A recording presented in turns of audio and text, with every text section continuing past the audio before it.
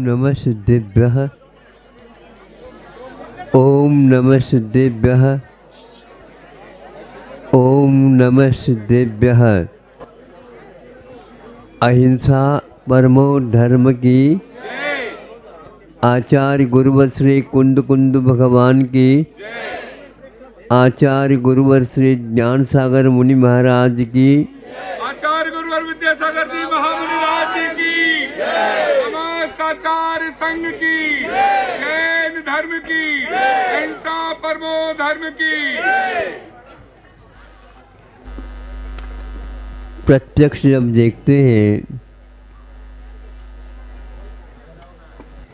फिर भी परोक्ष की ओर दृष्टि चली जाती है। कारण आज तक का परिचय परोक्ष से ही हुआ है, इसलिए। किंतु इस परोक्ष जो अनुमान आदि हैं उनके माध्यम से प्रत्यक्ष की ओर जाने का पुरुषार्थ होता है, तो लगता है हमारा पुरुषार्थ अभी कमज़ोर है। कमज़ोर हो कोई बाधा नहीं, लेकिन वह सही दिशा की ओर है क्या नहीं, ये महत्वपूर्ण है। दूध को देखता कोई भी तो दूध दिखता है, उसमें घी है इसका विश्वास करता है। उस दूध में घी है यह विश्वास करता है, किंतु दूध में जो घी है उसका दर्शन नहीं हो पाता। पुरुषार्थ होता है तो 12 घंटे नहीं लग पाते। दूध का रूप बदल जाता है, दही के रूप में परिवर्तित होता है। मंथन होता है तो नवनीत की उपलब्धि हो जाती है। एक कदम आगे बढ़ गए हैं। फिर भी उसमें घी का स्वाद, घी की गंध और घी का कोई भी अंग उपांग उसमें नहीं देखने को उपलब्ध होता है। उसको तपाया जाता है तो उसमें से जो कुछ भी और विकार विकृति थी दूर हो जाता है। तो वह गंध आप आंखें बंद भी कर देंगे, सुगंध उसकी अवश्य आप तक आ जाएगी। अब यह एक क्रम, परंपरा, पुरुषार्थ का ये पद्धति है यहाँ से वहाँ तक पहुँचने का। जो अभी जमीन धरती पर है, अब वह अपने आप ही बिना कोई भी तेल और साधन के अपने आप ही ऊपर की ओर चला जाता है। उस घी को मान लो 1-2 किलो दूध में आप डाल दो तो भी वह ऊपर की ओर आ जाता है। हम उसको दबा भी दें, मेरा स्वभाव अब दबने का नहीं है। इस प्रकार वह एक परिवर्तन 12 घंटे में हो जाता है। हम लोग उसके स्वभाव से वंचित हैं, किंतु वंचित ही रहे ऐसा कोई नियम नहीं है। आप पुरुषार्थ करिए, अंतर मुहूर्त में वह सुगंध आपको प्राप्त होना प्रारंभ हो जाए। किंतु विकृति जब तक दूर नहीं होगी, विकार दूर नहीं होंगे, निश्चित रूप से हम अब कितने भी भगवान के चरणों में जाकर के बैठ भी जाए तो वो ये भगवान हमें भगवान बनाने वाले नहीं है। भगवान बन सकते हो या अवश्य ही उनका उपदेश हमें उपलब्ध होता है। सभी कीट पतंगों में भी यह शक्ति छिपी हुई है अथवा सोई हुई है। जगाने के लिए गुरु, शास्त्र और देव ये तीनों हो जाते हैं। आज हमें उनकी वाणी मिली है, गुरुओं के उपदेश मिले हैं और उनकी प्रेरणा हम लोगों को मिलती है बार बार, किंतु वो घर में उपलब्ध नहीं होते, बाहर आपको निकलना होगा। अब बाहर की और घर की बात हम समझ ले कि कहाँ कहाँ क्या क्या है। तो एक व्यक्ति ने कहा, महाराज ये आप नग्नत्व को क्यों स्वीकार कर लिए? भैया जब जन्म के समय पर भी नग्नत्व था तो ये रहने में क्या बाधा है? बालक को देखते हैं तो सब लोग किसी भी प्रकार से विकृति को प्राप्त नहीं होते हैं, बहुत कुछ को ओढ़ लेता है तो फिर बाद में माँ को भी लज्जा आने लग जाती है। कितनी विकृति का प्रभाव है ये देख सकते हैं, और इसलिए वह विकृति आ जाती है तो माँ उसके गाल के ऊपर एक टीका लगा देती है। कहीं क्यों लगाया? तो हम कुछ नहीं समझते, कहीं हमारी नज़र इसको लग जाए तो। और होता भी ऐसा है। तो ऐसे दिव्य शक्ति उसमें विद्यमान रहती है। फिर आत्मा की बात तो न्यारी है, इसलिए सब लोग ऊपर के अपेक्षा से भेद भिन्नता को लेकर के हैं, भीतर से सुगंधी घृत की भांति हम लोगों की भी है, और उसी का प्रस्फुटन होना शेष है। सही पुरुषार्थ के बिना, उन विकृतियों को हटाए बिना हम उस तक पहुंच नहीं पाएंगे। भगवान से प्रार्थना है, भगवान आप साथ हम भी हो जाते, लेकिन आप लेकर के क्यों नहीं गए? ये लेखने की बात नहीं है, ये तो उसका अनुकरण करने की बात है। अहिंसा परमो धर्म। शाम को मुकाम करते हैं, वहाँ पर विद्यालय मिलता है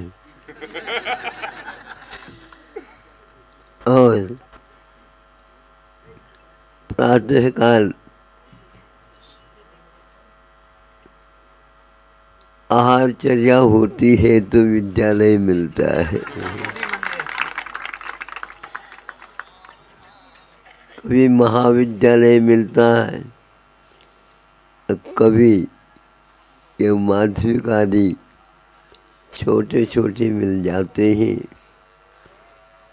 कहीं एक कक्षा से प्रारंभ होता है तो कहीं कहीं पर चौथी कक्षा से प्रारंभ होने वाले विद्यालय।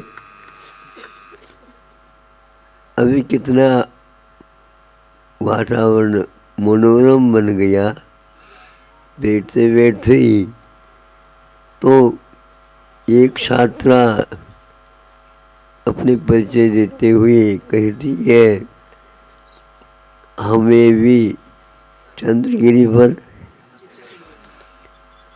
चंद्रगिरी में जो विद्यालय चलता है वहाँ पर पढ़ने के लिए आए। कई लोग तो अन्यत्र चले जाते हैं और यह चंद्रगिरी में चंद्रवंशी होकर के आई है।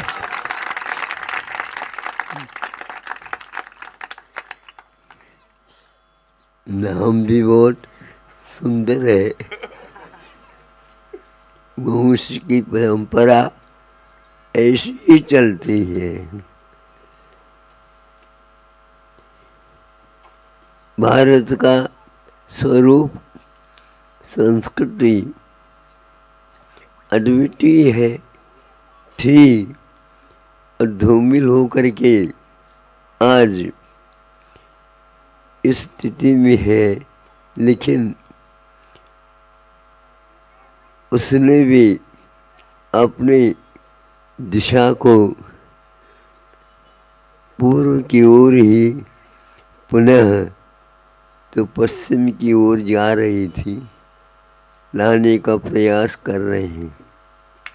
सरकार ने भी इसके लिए इस रहस्य को समझ करके सहयोग देने का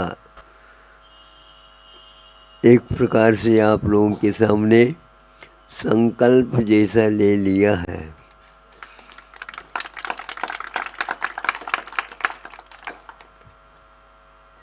वस्तु अपने आप में पहले सर्वप्रथम ठीक है, और उसको यदि और ऊपर की ओर ले जाना चाहते हैं तो उसमें शिक्षा ही एकमात्र महत्वपूर्ण अंग बन जाती है।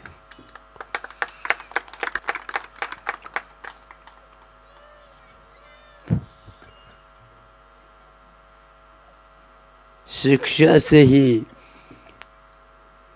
भिक्षा उपलब्ध होती है, और भिक्षा से सद्दीक्षा उत्पन्न हो जाती है।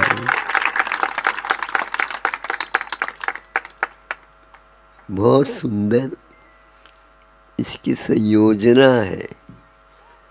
इसको जिस देश ने सुरक्षित रखी है, और आगे भी ये संकल्प है, अब उन्नति की मांग करना ही बेकार है। वहाँ उन्नति नहीं होगी तो फिर उन्नति कौन से देश में होगी। भटक सा गया था भारत, अब पुनः वह इस ओर आ रहा है। सभी दृष्टिकोणों से, शासन प्रशासन की दृष्टि से, और हम तो शासन प्रशासन के साथ आत्मानुशासन भी अपना लेना चाहिए। इस पक्ष के हैं। जो कुछ भी उन्नति के लिए चाहता है वह आत्मोन्नति के लिए ही चाहता है। और जहाँ पर आत्मोन्नति की बात आ जाती है, किसी एक व्यक्ति की ओर देखने की आवश्यकता नहीं पड़ती, क्योंकि आप भी आत्मा है, आप भी आत्मा है, आप भी आत्मा है। आत्मा में है तो वहाँ पर कोई भेद हो ही नहीं सकता। तो ऐसा आप लोगों का नाम जो ऊपर रखे गए हैं, उसके साथ साथ भीतरी उस आत्मा का भी खबर ले लेना चाहिए। ऐसा नहीं है बेखबर ही आप जहाँ कहीं भी पहुँच जाओ। केंद्र में वह आत्म तत्व संवेदनशील होता है, वही महत्वपूर्ण होता है, और वह शिक्षा के माध्यम से हमें उपलब्ध होता है। ऐसे संतों ने कहा है। तो इसी को आप अपने जीवन की साधन मान करके आगे बढ़ेंगे, और अपने संतान परंपरा को भी कायम रखना है। तो यही एकमात्र मंत्र हमारे लिए सर्वोत्कृष्ट माना गया है। इसकी हम आराधना करते हैं, क्योंकि जड़ की ओर भागम भाग यह एक प्रकार से हमें कहाँ ले जाएगा पता नहीं लगता। इसलिए जड़ से चेतन की ओर हम मुड़ जाएं, और जो चाह, जो सुख और शांति चाहती है, उसकी प्राप्ति निश्चित रूप से इसी प्रकार की सात्विक शिक्षा पाने से ही होती है। ये धारणा हमारी बने। अहिंसा परमो धर्म की परिस्थितियाँ बदलती रहती हैं। कभी गर्मी का रूप, कभी सर्दी का रूप, कभी वर्षा, कभी अतिवृष्टि, अकाल आदि आदि अनेक परिस्थितियां आती हैं। इन परिस्थितियों में विषमता समता दोनों ही पलती रहती। अब इनसे हम कैसे बचें, सवाल ही नहीं उठता। श्वास लेते हैं तो हवा आ जाती, प्राणवायु आ जाती है। अब हम नहीं चाहते, बहुत हवा हो गई तो वो हवा कहाँ जाएगी? यहाँ से हवा वहाँ चली जाएगी, खाली रह गए तो यहाँ की हवा यहाँ आ गई। आप बच नहीं सकोगे। फिर कैसे करें?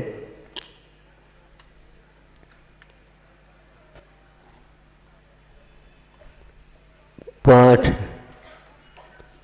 स्तुति पाठ वगैरह चलते हैं, उसमें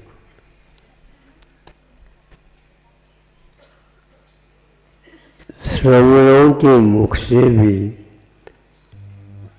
यह बात निकलती है, घबराओ नहीं।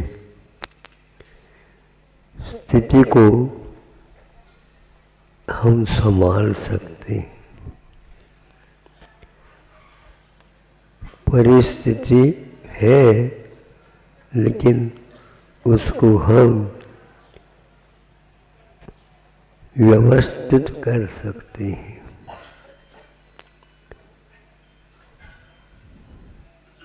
विद्या भैषज मंत्र तो हव नहीं, याति प्रशांतिम यथा। उन्होंने कहा विद्या उसे प्राप्त होती है जो एकाग्र होता है। अनेक परिस्थितियों में झूलता है, उस व्यक्ति को विद्या प्राप्त नहीं होती। एक स्तर पर आ जाओ तो विद्या जिसको प्राप्त है, बैठे बैठे भी गर्मी के दिनों में वह शीतलता का और शीतकाल में भी उमस गर्मास का वह अनुभव करता है। और चाहे भीतरी प्रतिकूलताओं में भी उसे उससे भी शांति मिलती। मंत्र के पाठ करते ही उसके कर्मों की निर्जरा होती है, शास्त्रोक्त बात है। जिसको विश्वास होता है वही व्यक्ति सांस के साथ, शांति के साथ इसका जाप कर सकता है, करता है। बड़े बड़े साधना करने वाले भी इस मंत्र की ओर जाते हैं।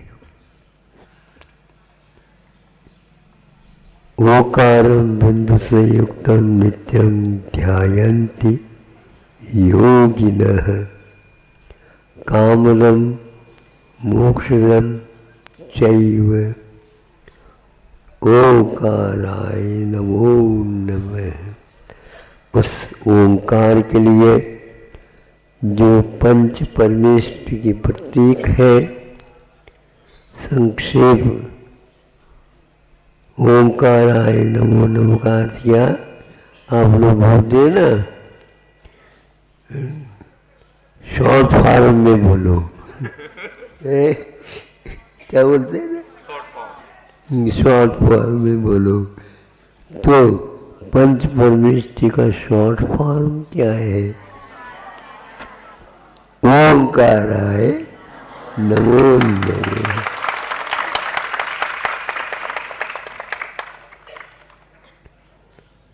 मतलब इतनी साधना करने वाले योगी लोग भी पंच परमेष्टि के शरण, उच्चारण, स्मरण, उनके प्रति उस पाठ का अर्थ, रहस्य सब कुछ प्राप्त करते रहते हैं। तो कर्म बाहर आने में साहस करना पड़ता है उनको भी। अभी आप आगे क्या करेंगे, क्या पता कौन से कदम उठाएंगे। अब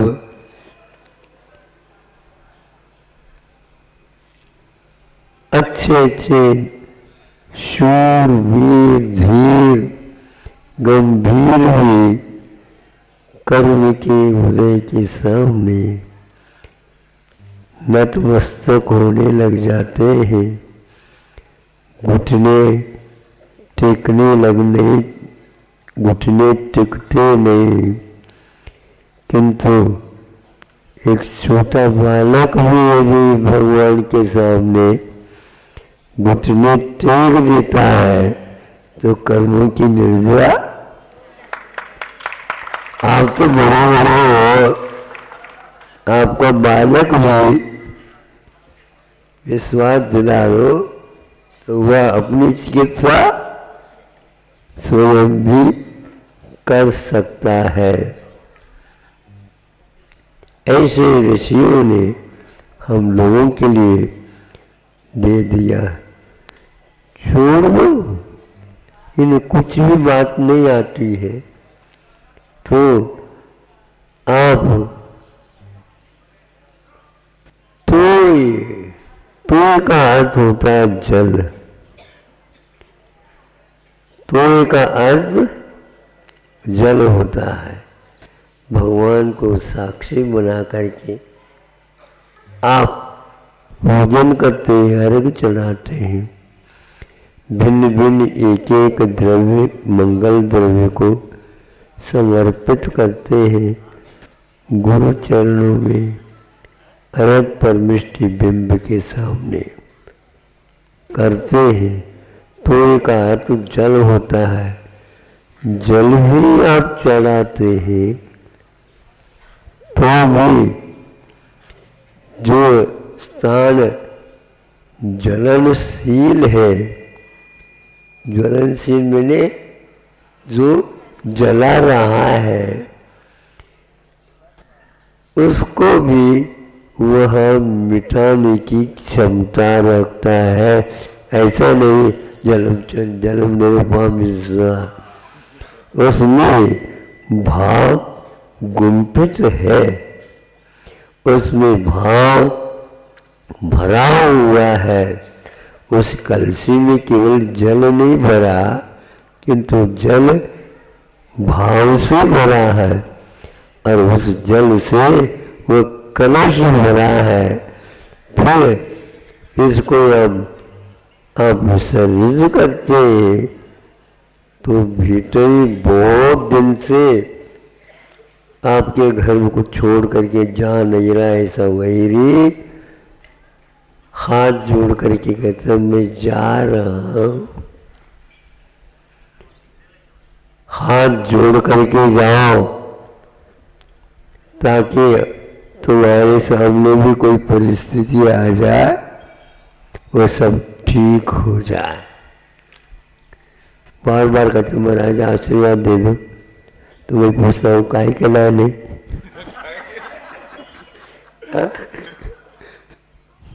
प्रयोजन क्या है बताओ। महाराज दुखी हूँ, संसार सारे सारे दुखी है। कोई तन सुखी, कोई तन दुखी, कोई मन दुखी, धन बिना, ये सारे के सारे दुखी ही है। धन नहीं होता तो फिर भी दुखी, किंतु ज्यादा जिसके पास धन है वो ज्यादा दुखी है, वो भी दुखी नहीं है। जिसके पास कम धन है, हे भगवान थोड़े से धन बढ़ जाए तो हम संतोष रखेंगे, ज्यादा नहीं चाहेंगे। ऐसे कहने वाले ही फिर बाद में ज्यादा धनी हो जाते हैं तो वो ज्यादा दुखी होते। उनके दुख को देख करके ऐसा लगता है, हे भगवान किसी धनी का दर्शन न हो तो अच्छा। बिल्कुल, अरे आप क्या समझ रहे हो?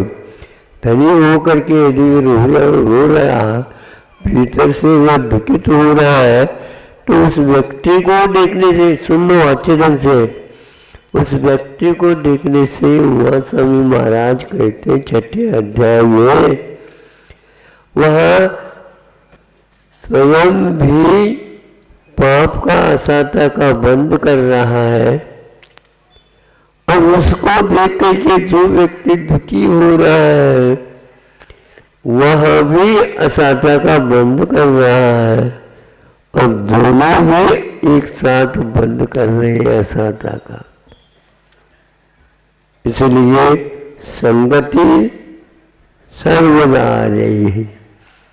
आज जनों के साथ संगति करिए, ऐसे वैसे व्यक्तियों के साथ मैत्री ठीक नहीं है, क्योंकि उसके कारण हम शांत बैठे थे और रोने लगा, रोने को देख करके माँ भी रोने लग जाती, वही इसको क्या हो गया क्या पता, तो सबको ही रोगी बना देते हैं। इसलिए हम चाहते हैं आप संतोषी बनो, सबसे उत्तम है। जितनी आपकी तृष्णा बढ़ेगी तो मैंने जल में भी कर्मों की निर्वाह करने की क्षमता विद्यमान है। पर आज हमें पानी भी समय पर नहीं मिलता, कोई बात नहीं, कैसे नहीं मिलता, आपके पास पानी की व्यवस्था शुरुआत से ही है। कहाँ महाराज आंखों में पानी नहीं है क्या?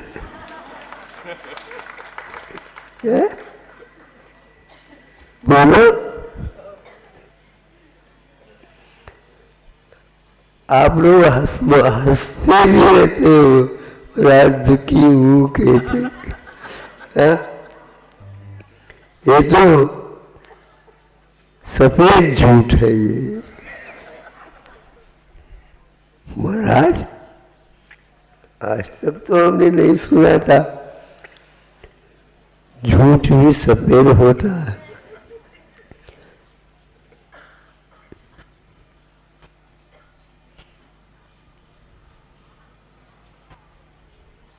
झूठ भी सफेद कैसा होता है, तो वह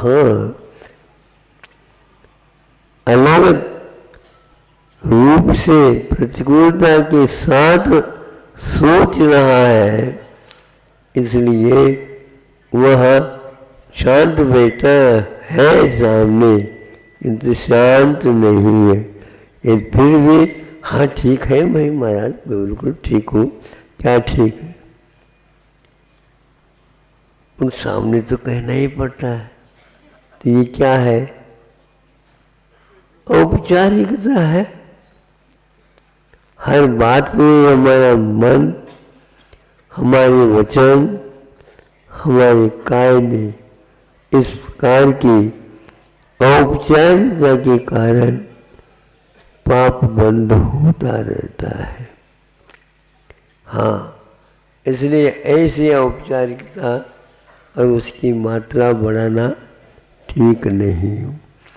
तो अंत में यह रखा आचार्य ने तो का अर्थ जल होता है, तो जलम निरुपामीति स्वाहा बोलते। तो आप वो करो। तो महाराज मुनि महाराज क्या चढ़ाए? हाँ बिल्कुल, अपना माथा चढ़ाए, सिर है मान करके, सिर है श्रीफलम ददामी, मैं श्रीफल चढ़ाता हूँ, और अश्रु वाणी गदगद कंठ से हम अर्घ चढ़ा रहे। आप चढ़ा रहे ना, हमारे पास न थाली है न और कुछ है, किंतु हम सब अष्ट मंगल द्रव्य आप भी उधर से चलाते हैं तो हम भी इधर से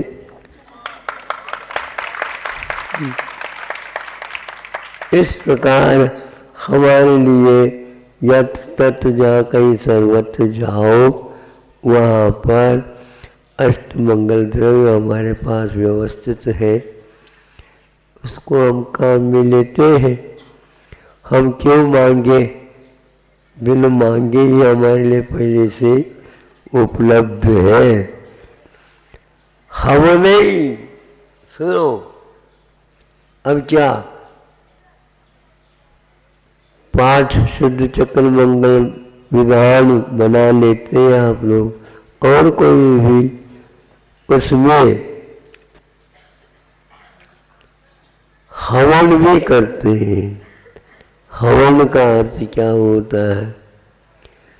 ये उसमें एक प्रकार से हम अष्टमंगल द्रव्य अथवा और कोई धूप इत्यादि विसर्जित करते हैं। उसके माध्यम से भी हमारे आसाता कर्म के उदय नष्ट होता है, और उसके लिए प्रसिद्धि मैना रानी, हाँ,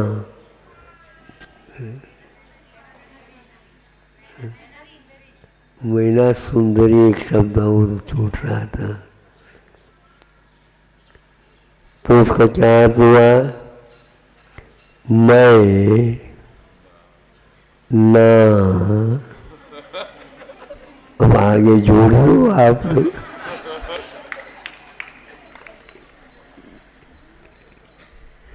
इसलिए महाराज आशीर्वाद दे दो, हमारी ये रानी सब सुंदरी बने। हाँ? सोचो विचार करो। तो मैना सुंदरी ऐसी प्रसिद्धि सुंदर के कारण नहीं, किंतु उसने 700 कोड़ियों के अधिपति वो स्वयं कुष्ठ रोग से पीड़ित नहीं थे, ग्रसित थे। वे कामदेव थे ना? हाँ, कामदेव थे। 1 करोड़ योद्धाओं को पछाड़ने की क्षमता उनके बाहुबल में था,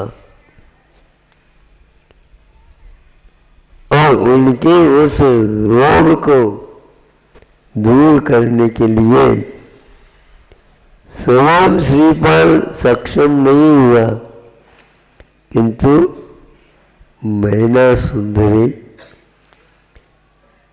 अष्टानक में शुद्ध चक्र मंडल विधान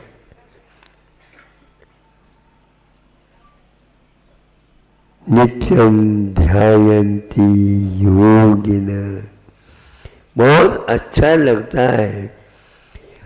शब्द की अपेक्षा से आप अर्थ की ओर भी ज़्यादा पहुँचना चाहिए। ऐसे निर्मल भाव भगवान मुझे सुनना पड़ता है। ये उसकी पत्नी है जिसका पति कुष्ठ रोग से ग्रसित है और ये धर्म ध्यान भी करती है। ये काय के धर्म ध्यान अपने पति को आज तक ठीक नहीं कर पाया। ये सुनती थी तो एक महाराज आए और उनको बताया, महाराज हमारी पीड़ा, हम उसके लिए नहीं, कर्म उदय में आएगा वो चला जाएगा, लेकिन फिर भी इससे धर्म की बात सामने आती। कोई बात नहीं, सिद्ध चक्रमंडल विधान करो और गंधोदक छिड़काओ, इससे ठीक हो जाए। तो ये भी जुड़ गया और सामने हवन करके ठीक किया और इधर करते करते चले गए। वैसे वैसे वह रोग दूर होता चला गया।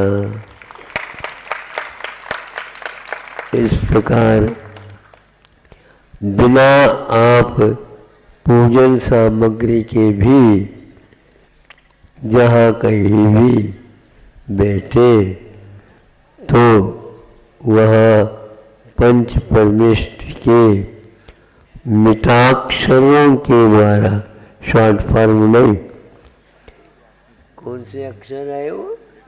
मिताक्षर है। हाँ, तो इनके द्वारा भी हम क्लियर कर सकते हैं। इस प्रकार यहाँ हमारे परिणाम परिस्थिति को देख करके बिगड़े नहीं और वह शांत बने रहे, ताकि आगे का भविष्य भी हम भगवान भजन कर सके। कभी भी नहीं सोचते ऋषि लोग, अब ठीक है इतने हमारे पास सिद्धि है तो भगवान के नाम लेने की क्या आवश्यकता है। नहीं, आप अभी भगवान नहीं बने हैं, इसलिए भगवान ने आपको लिंग दिया है, रूप दिया है, यथाजात रूप, उसको याद करो हमेशा हमेशा।